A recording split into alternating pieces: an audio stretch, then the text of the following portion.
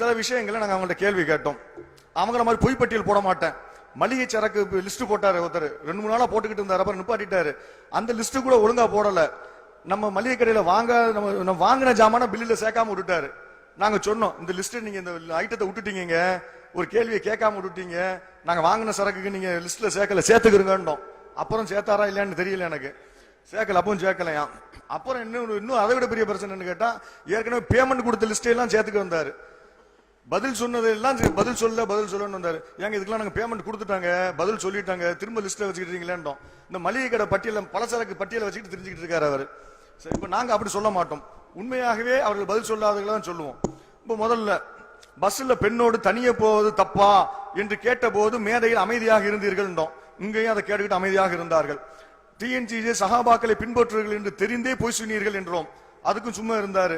நான் பொய் சொன்னேன்னு சொல்றீங்களே, எப்படி உங்க மனசு தெரியுன்றாரு. முபாஹலாக்கு வர தயாரான்னு 2 தடவை கேட்டோம், அது பதிலே கிடையாது. அவர் பொய்ய 2 அது மூலம் நிறுவனமானது. பெரும்பாலான உலமாக்கள் இன்னமல் ஆமாலு பின்னியா என்ற ஹதீஸை முதலில் எழுதுவார்கள் என்றார்கள். இது அறியாமை, ஆதாரத்தை தாருங்கள். எத்தனை பேர் அப்படி எழுதிருக்காங்கன்னு கேட்டோம், அதுக்கு பதிலே இல்லை. அறிவிப்பாளர் வரிசை சரியாக இருந்தால் எப்படி மறுக்க முடியும் என்றீர்கள். இது அறியாமை. இலல் என்று ஒரு பாடம் இருக்கிறத, அதை பத்தி உங்களுக்கு தெரியுமா, அதை பத்தி சொல்லுங்க. அதுக்கு பதிலே இல்லை. இல்லைன்னா என்னன்னு அவங்க சொல்லவே இல்லை. சூனியம் ஷிர்கா என்றீர்கள். ஆமாம் ஷிர்கு என்று நீங்களே கடைசியில் ஒத்துக்கிட்டீங்க.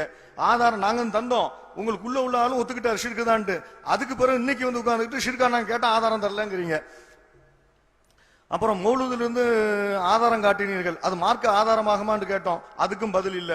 குரங்கு விபச்சாரம் செய்த அறிவிப்பாளர் வரிசையை ஏற்பீர்களா நாங்க கேட்டோம், அதுக்கு நீங்க பதில் சொல்லவே இல்லை.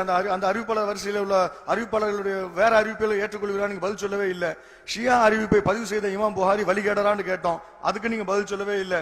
பொய்யர்களிடமும் உண்மை வரும், பொய்யர் அப்படின்னு சொல்லி ஹதீஸ் இருக்குது, அதனால நீங்க பொய்யர்களையா தேடி பிடிச்சி மேடையில் ஏற்றுவீங்களான்னு கேட்டோம். பொய்யர் மூலமா ஹதீஸ் நல்ல செய்தி வரும் தானே, அதனால பொய்யர்களா தேடி பிடிச்சி மேடையில ஏத்துவீங்களான்னு கேட்டோம், அதுக்கும் பதில் இல்லை. பிஜேயை திட்டாத வேற யாரையாவது மேடையில ஏத்திருக்கீங்களான்னு கேட்டோம், இதுவரைக்கும் பதில் சொல்லவில்லை. பிஜேயை திட்டுறதுதான் அவங்க நோக்கம், நாங்க இதன் மூலம் நிரூபிச்சோம், அதுக்கும் நீங்க பதில் சொல்லவே இல்லை. உமருக்கு மனநோய் என்று நாங்கள் சொன்னதாக நீங்க சொன்னீங்க, அதை காட்டுங்க, கிளிப்பிங் போட்டு காட்டு சொன்னீங்க, அதை நான் சொன்னு காட்டுங்கன்னு நீங்க காட்டவே இல்லை. ஹசன் ஹுசைனுக்கும் பைத்தியம் என்று நாங்கள் சொன்னோம் என்று சொன்னீர்கள், நீங்கள் பொய் சொல்றீங்கன்னு சொன்னோம், நீங்க அதுக்கு பதில் சொல்லவே இல்லை. நீங்க இரையச்சம் இல்லாத ஆளுன்னு நாங்க சொன்னோம், அதுக்கு நீங்க பதில் சொல்லவே இல்லை. உங்களுக்கு வாக்குமூலம் இருந்து அதையும் போட்டு காட்டு, நீங்க பதில் சொல்லவே இல்லை.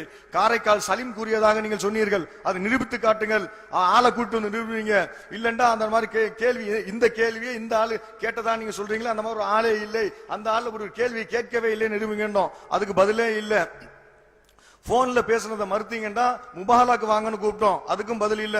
சிகரெட் குடித்ததை மறுத்தால் முபாஹலாக்கு வாங்கன்னு கேட்டோம், அதுக்கும் பதில் இல்ல. புகாரி இமாம் தனது நூலுக்கு சஹீஹ் புகாரி என்று பெயரிட்டார்கள் என்று சொன்னீர்கள், ஆதாரத்தை தாருங்கள் என்று கேட்டோம், அதற்கும் பதில் இல்லை.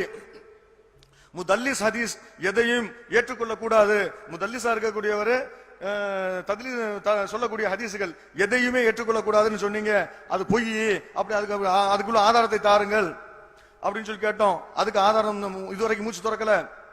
புகாரியில் எங்க இருக்குது, ஒரு நம்ம குரான் தர்ஜுமால ஒரு ஹதீஸ போட்டிருக்கிறோம், இந்த ஹதீஸ் புகாரியில எங்க இருக்குன்னு கேட்டீங்க, சொன்னா நாங்க 2 கோடி ரூபாய் பரிசு தர்றோம், அதுக்கு நாங்க சொன்னோம், சொன்ன பிறகு பதில் சொல்லவில்லை, அதுக்கு விளக்கம் கொடுத்தாச்சு. இப்ப அந்த 2 கோடி ரூபாய் பரிசை பத்தி பதில் சொல்லணும், அதுக்கு நாங்க சொல்லிட்டோம், பணத்தை எங்களுக்கு தர வேண்டாம், ஏழை எளிய மக்களுக்கு எங்கள் முன்னால் கொடுக்க வேண்டும் அப்படின்னு சொல்லி நாங்க சொல்லி இருக்கிறோம், அதை நீங்க அந்த வாக்குறுதியை நிறைவேற்ற வேண்டும்.